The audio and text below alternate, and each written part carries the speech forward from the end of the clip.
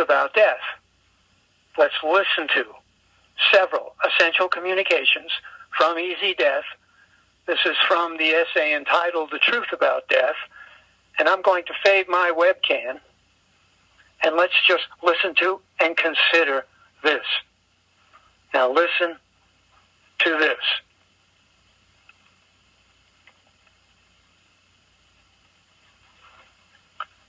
Fear of death is anxiety or recoil experienced in anticipation of the event. Fearful anticipation is basically the result of a failure to observe the death process in others and to study that process through systematic education and self-observation. Why so much fear of death? Adidasan Raj is saying, because people fail to observe the death process in others and to systematically study the death process. And what is the best way to study the death process? What is the best way to observe the death process? Serve others when they die. Now listen to this. Death is a necessary, purposeful, and ultimately benign psychophysical process. I like that one. Let's hear it again. Death is a necessary, purposeful, and ultimately benign psychophysical process. Yes, from the point of view of someone who is alive and does not want to die, death seems terrifying. But the process itself is benign. The process itself has a purpose.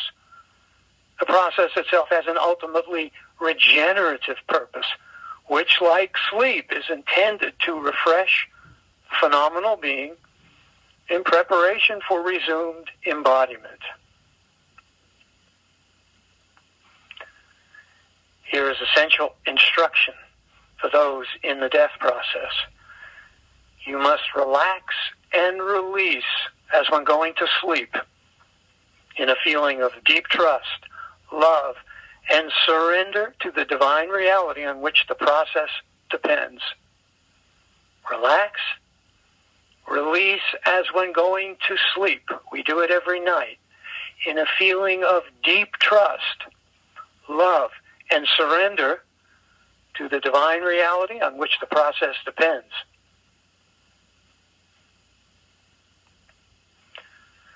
Therefore, your only responsibility is to study, prepare for, and rightly engage the death process itself, much as a woman approaching childbirth studies, prepares for, and rightly engages the birth process. When my daughter was born years ago, I knew nothing about the birth process. I was barely beyond the birth process myself. So her mother and I, we attended Lama's classes. They educated us about the birth process. They educated her about how to cooperate with the birth process, how to practice in the birth process. And so it is, and so it should be with the death process.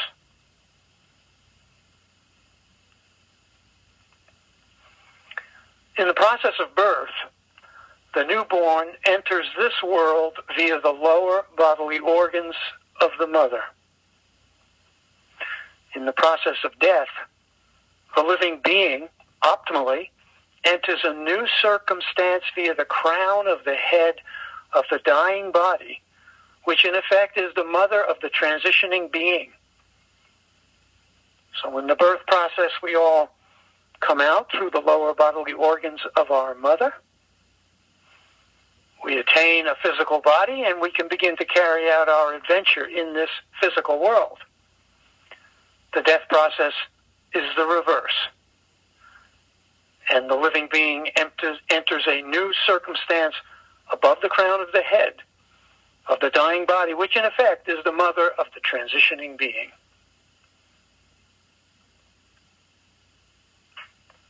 Therefore, learn how to cooperate with the death process as a natural event leading to this end. Now here is some sober instruction. The failure of such cooperation tends to make the death process painful and disturbing, even as the birth process can be for a mother who fails to surrender and cooperate with the event.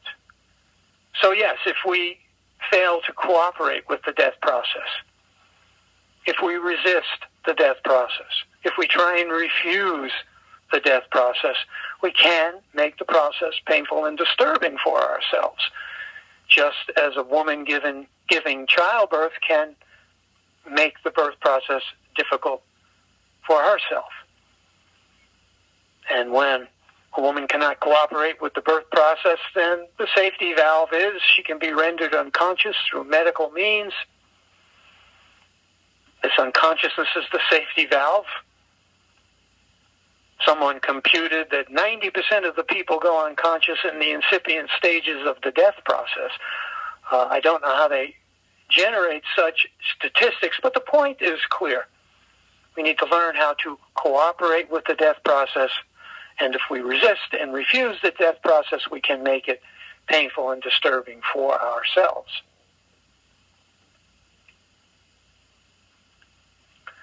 You should fully consent to die at the moment of death, and so be released towards what is new and awaiting you above and beyond the realities of the present body-mind.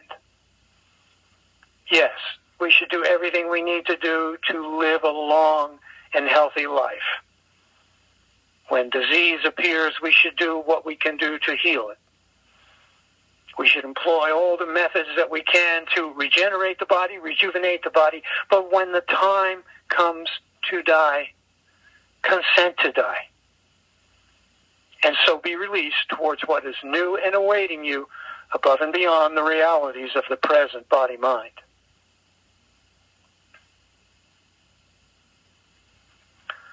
Therefore, in order for death to be an ecstatic transition for you, you must not only study and prepare for the specific and terminal process of death itself, but while alive, you must also devote yourself to an ecstatic or ego-transcending way of life.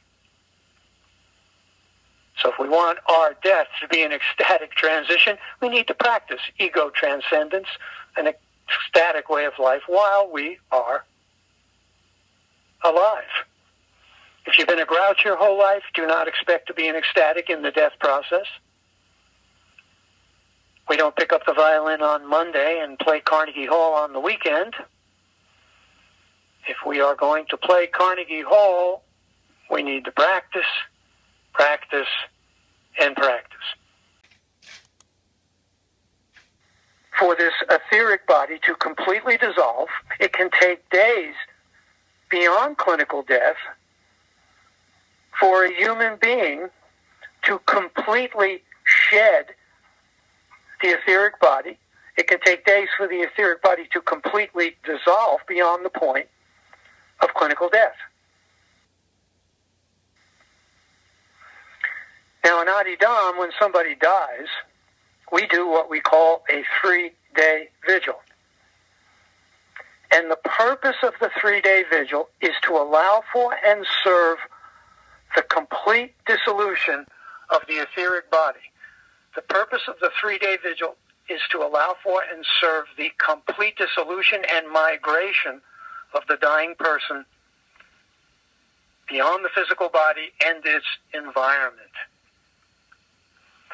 Now, after clinical death, the etheric body can become extremely mobile. The physical body is like an anchor. The physical body being shed, the etheric body becomes mobile. And the etheric body can begin to gravitate back to the things, the people, the places, and the things to which we have been attached. One contemporary Christian group that does a 3-day vigil talks about how beyond the point of clinical death, the dying person does a life review.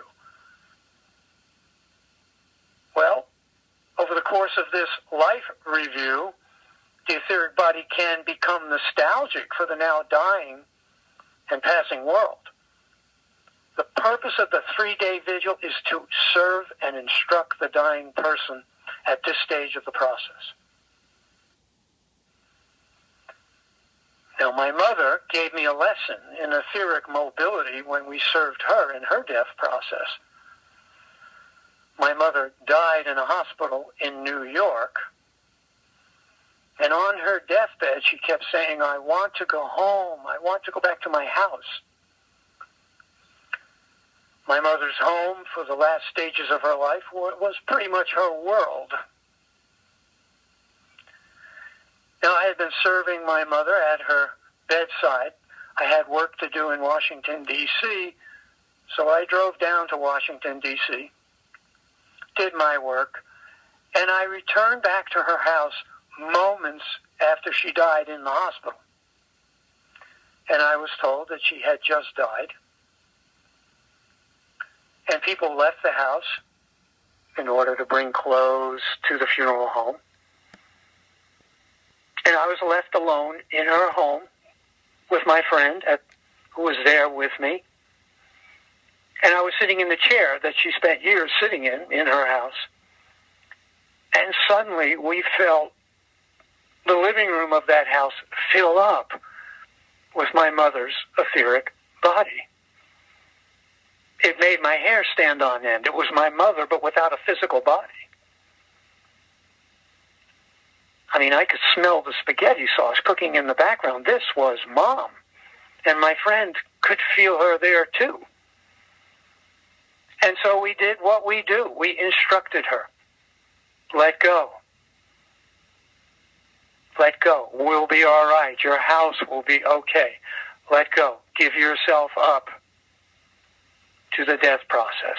And over time, we could feel the dissolution and migration. And after a time, we could no longer feel her there in the house. Angelo? Yeah. We have a question. Jack wants to know, what does etheric mean? These are subtler energies that comprise a human incarnation, and there are aspects of these subtler energies that take on the shape of the physical body. And this is what's called the etheric body. It is the emotional body, it is the energy body, it is the psychic body. For and serve the dissolution of the etheric body in the death process beyond clinical death. Let's consider now the instructions for the dying person. For those who are dying, relax, release, and let go as when going to sleep at night. Relax, release, and let go as when going to sleep at night. What is the fundamental instruction to be given to someone who has died? Let go. We Westerners, we like to make much of free will. Well, on the day we die, we discover something about free will. We may have had tickets to the ball game. We may have been planning to go shopping. We may have been flying to a conference in Australia. But on the day we die, we discover we are being lived by a great process.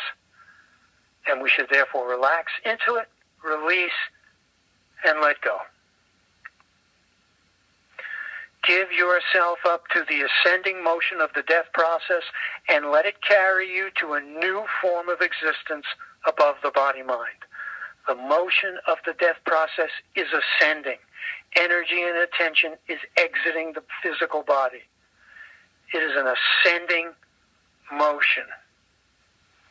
Give yourself up to that ascending motion. Let it carry you to a new form of existence above the body-mind. As Avatar Adidas Samraj says, you can indulge this materialistic point of view right up till the day we die. But on the day we die, everybody becomes a mystic. Give yourself up to the ascending motion of the death process. Keep attention in the center of the field of awareness. Keep attention in the center of the field of awareness. If a tunnel appears, keep attention in the center on the light at the end of the tunnel. Nowadays, over the last 20 or 30 years, people like Raymond Moody have compiled and published what we call near-death testimonies. And we hear in these near-death testimonies over and over again people describing a vision of the tunnel. With the vision of the tunnel, we are seeing the very structures whereby consciousness becomes manifest. And in those testimonies, typically we hear that there are all kinds of people, places, and things on either side of the tunnel. Keep your attention on the light in the center of the tunnel. That is the most auspicious meditation in the death process.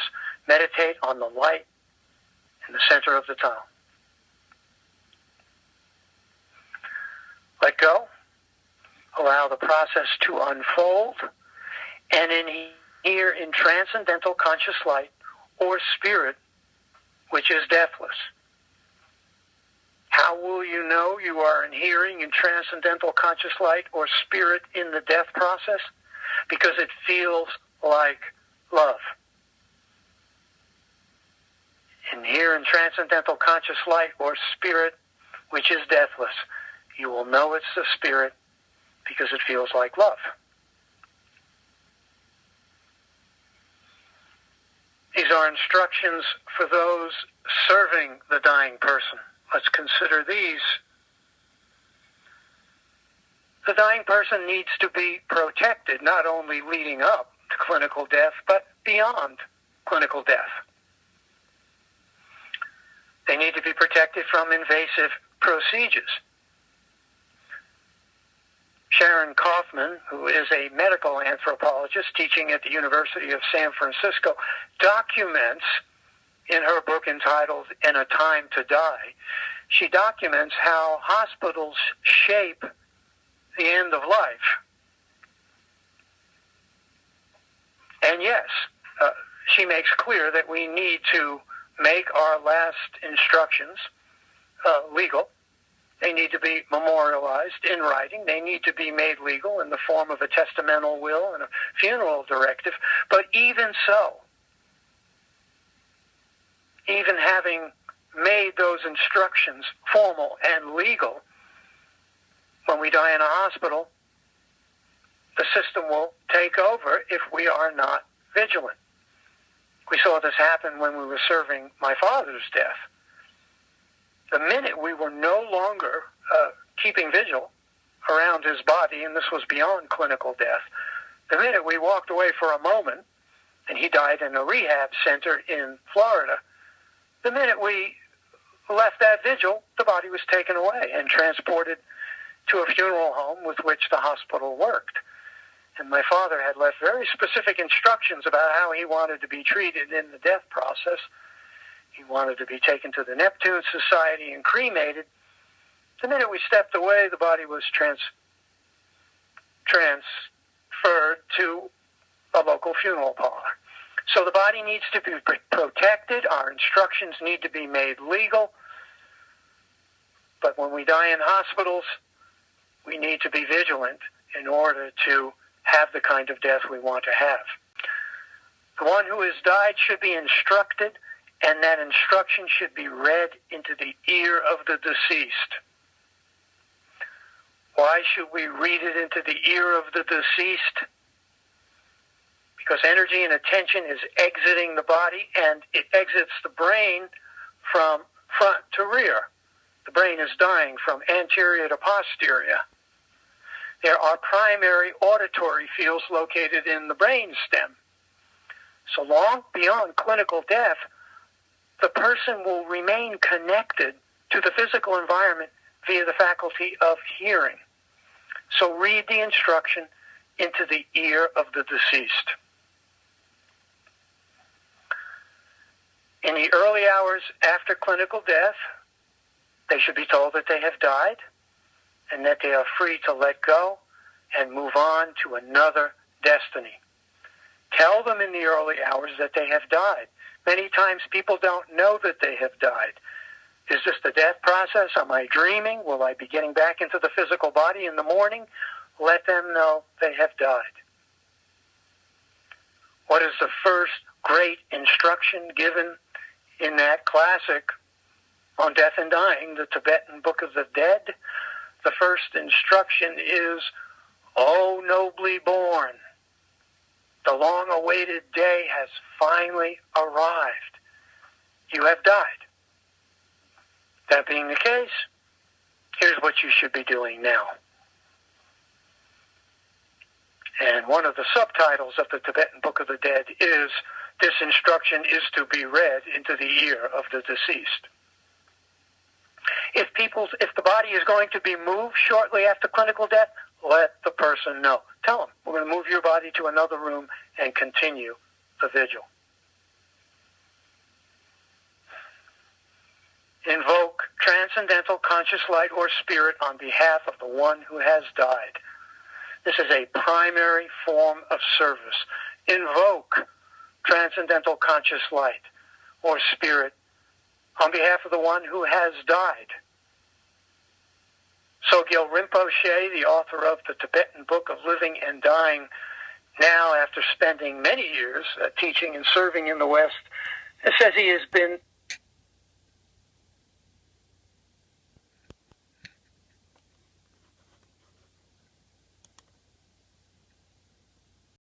this invocation is when people die, how powerful and how much it can transform the death process for people. So we invoke the transcendental conscious light on behalf of the one who has died, and this serves to help people in here, in deathless, transcendental conscious light, which feels like love, which feels like bliss, as they go through the changes that is the death process. We have a little bit of time here to take some questions. Deb, are there any questions out there? Yeah, we have some good questions, actually, but I want to remind everyone that after Angelo answers some of our questions, he'll tell us a very moving, instructive story about his friend Cheech's death process. So, actually, we have people from all over the world here. Sally in Australia wants to know if other religions around the world believe you need to do a 3-day vigil. The post-clinical death vigil, for the most part, has been eliminated as the materialist point of view took over the globe. Indigenous cultures did do post-death vigils. You see a vigil being practiced in esoteric cultures from the East. There are post-death vigils that take place in the Buddhist tradition. There are vigils that have been conducted for saints and sages in other traditions. I grew up in a basically Christian household, a Christian clan, a Christian society. I never saw anything that looked like a 3-day vigil that we do. The funerals and wakes that I saw were more about serving the grief of the survivors. The purpose of the 3-day vigil is to serve the one who has died. The star of the 3-day vigil is the one who has died. So in non-materialistic cultures who understand that the death process is a process and that clinical death is not the termination of existence, you do see some form of a vigil. But for the most part, the wakes and funerals that we all grew up with are not oriented towards serving the one who has died. Thank you. And Nancy wants to know what occurs in a sudden traumatic death. And how would we serve such a death? We would serve the person in the same way. It's the same instruction. Perhaps the instruction is needed here more than anywhere else, because in these traumatic deaths, and when we turn on the news at night, you can see how many human beings are experiencing violent traumatic deaths. the potential for shock and confusion is great. But do the same thing, and more than ever, serve the person if you can. Give them the instruction. Let them know they have died, and release and cooperate with the death process. It's the same process. The potential for confusion may be greater, therefore the need for service is greater. So you would just speak it to their photo, or just assume that if the body is lost, yes. Mm-hmm. Okay. We live in a psycho-physical realm. Right. And if the body is lost, and I have attended and served in vigils where we did not have proximity to the body, then yes, do the vigil wherever you are. Okay. Ted wants to know, something you must have said. It says, does this mean you would not advise cremation? The questions are jumping around. Does this mean you would advise against cremation? I'm not sure what you said, but that was his question. We practice cremation in Adidam at the conclusion of the 3-day vigil. The body is then cremated. And the purpose of cremation is, well, there's certainly environmental reasons to cremate the body. Burial certainly takes up a lot of space on planet Earth. Cremation completes the death vigil. It completes the death process. So we do practice cremation. We do, however, practice cremation at the end of the 3-day vigil and not before. And then once cremation has taken place, we do what is called a memorial service. And the memorial service is really about the survivors. The memorial service is a time in which we can gather together and talk about our friend who has passed on, and share stories of our friend and praise our friend. And hopefully when it comes time for us to die, there will be many people who can praise us. In the old days, they would hire professionals to come and grieve and praise. So, right. Doran wants to know, is dying in a hospital a good practice? Is dying in a hospital a good practice? She was wondering about you talking about your mother and how your mother wanted to go home. My mother wanted to go home. My father had legal control of that death, and he was not prepared to bring her home. And yes, in the West, many, many people die in hospitals. And this is what Sharon Kaufman describes in her book. Because people are dying in the hospitals are controlling the incident of death to a very large degree. So people die in hospitals, and they can continue to die, and people will continue to die in hospitals. We can continue and still serve people even though they die in the hospital.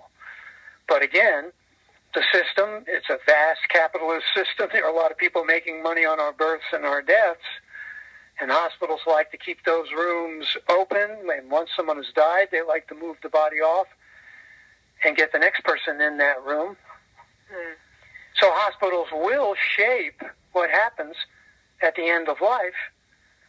But if we make our last death instructions legal, and we appoint people who are going to serve us in the death process, then those people will have power of attorney. They will have some legal ability to actually ensure that how we want to be treated in the death process actually occurs, even if death occurs in a hospital. But if those instructions have not been made, and there are not people there to ensure that those instructions are carried out, as Professor Kaufman indicates, the system will just do what the system does. And what it does is a very rapid movement to a funeral parlor and off to the cemetery. Catherine wants to know, why 3 days? Why is it that the optimal time for a vigil, why is that? 3 days allows for the longest possible time. It allows for plenty of time, let me just put it that way, allows plenty of time for the complete dissolution beyond clinical death. Now, there's no empirical sign that tells us that the dying person has completely migrated out of the physical environment, but people who serve the dying begin to get sensitized in their feeling.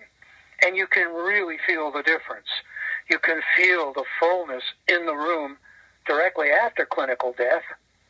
You can feel that etheric fullness in the room after clinical death. At the conclusion of the 3-day vigil, you can feel that that fullness is gone.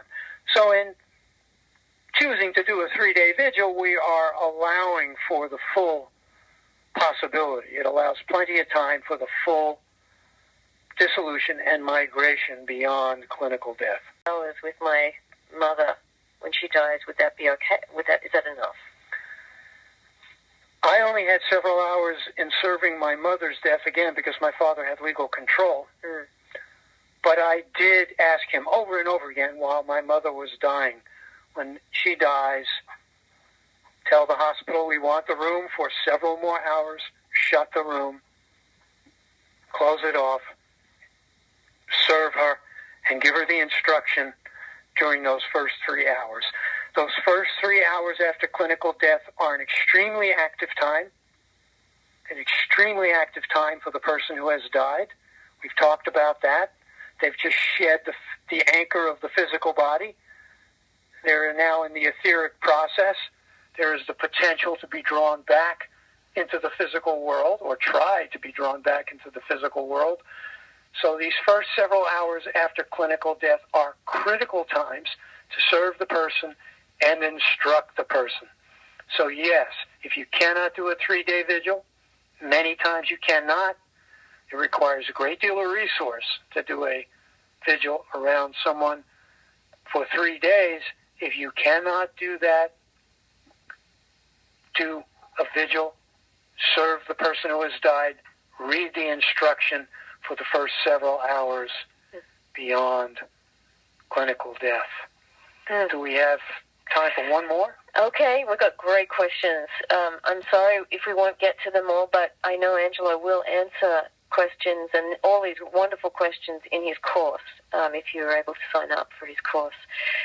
Yes, one more by Dan. Please elaborate on keep attention in the center of the field of awareness. The field of awareness. Once you've died. Once you've died. The field of awareness. So look at your field of awareness now. The field of awareness is always there in life and in death. Keep your attention in the center of the field of awareness. Just as you can keep your attention in the center of the field of awareness now, keep your attention in the center of the field of awareness when you die. Keep your attention up and in the center. Up and in the center. And you're going to hear this instruction again in a moment, because I'm now going to tell you about the death of a friend of mine named Frank Cheech Marrero. Cheech was a longtime devotee of Avatar Adidas Samraj. He was a serious man. He was a serious practitioner of an ecstatic, ego-transcending way of life. And he was well into his 70s when he was given a diagnosis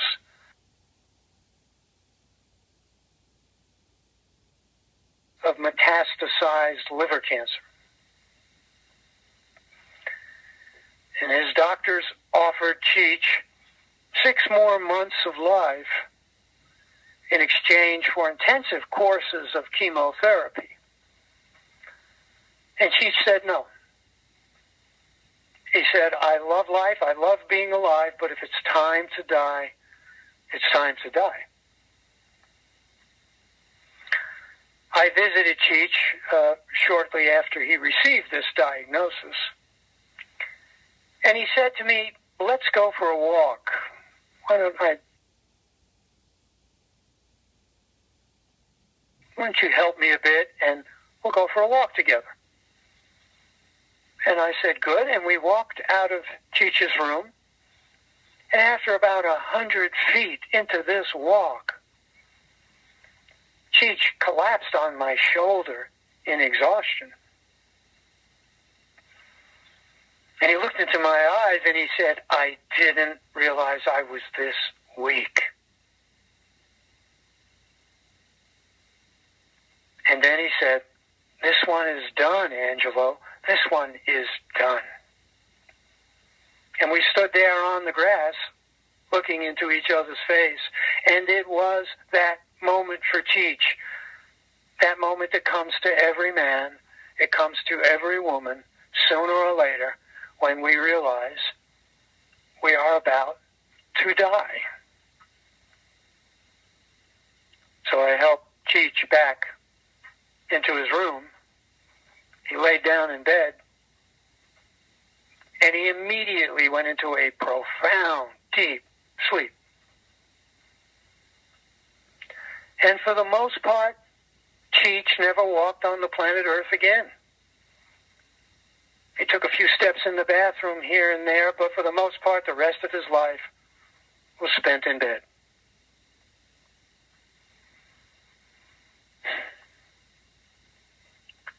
Now, it's always good to have a lot of friends when it comes time to die. And Cheech had been a good brother and a good friend to many, so many came.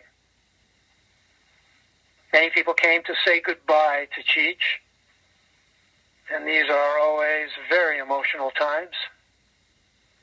People came to nurse his rapidly disappearing body, and people came to meditate with Cheech in the death process. And more, Cheech abandoned the waking consciousness. From the typical Western perspective, we would say that he was in a coma, but this is what happens in the death process. More and more, naturally, over time, we abandon the waking state. And Cheech would periodically come back into the waking state. He would smile at the people who were serving him. Sometimes he would come back into the waking state and crack a joke, particularly in the early stages of the process. One night, late, when several people were gathered around Cheech serving him, he returned to waking consciousness. He looked at everybody and said, "Make sure you use your human life wisely. Sooner or later, you will all be where I am now." So Cheech was loving and serving his friends right up to the end. And then one day, Cheech's heart beat and respiration stopped. There was an exhalation, and it was not followed by an inhalation. Clinical death had occurred. So we prepared the body, as we do beyond clinical death, the following instruction into Cheech's ear. And this is the instruction that we read. There is a strong, attractive force felt upwards. Let yourself feel that force. There's also an upward moving sound. It is an intense vibration that can be heard and that moves high above. Let yourself be drawn upward by that sound and be moved by that. There is also a profound bliss felt above. There is a profound bliss felt above. Let yourself be attracted upward by that feeling of bliss. Eventually, you will see the attractive light above, the brilliant white light. Hold to the center. Hold to the upward attraction. Let go of everything. Relinquish everything. Allow yourself to be attracted and drawn straight like an arrow into that white brightness, that vibratory force or sound. Allow yourself to be attracted and drawn straight like an arrow into that white brightness, that vibratory force or sound. Allow all sense of separateness and otherness to be dissolved above in the unconditional force of being itself, the divine self-domain.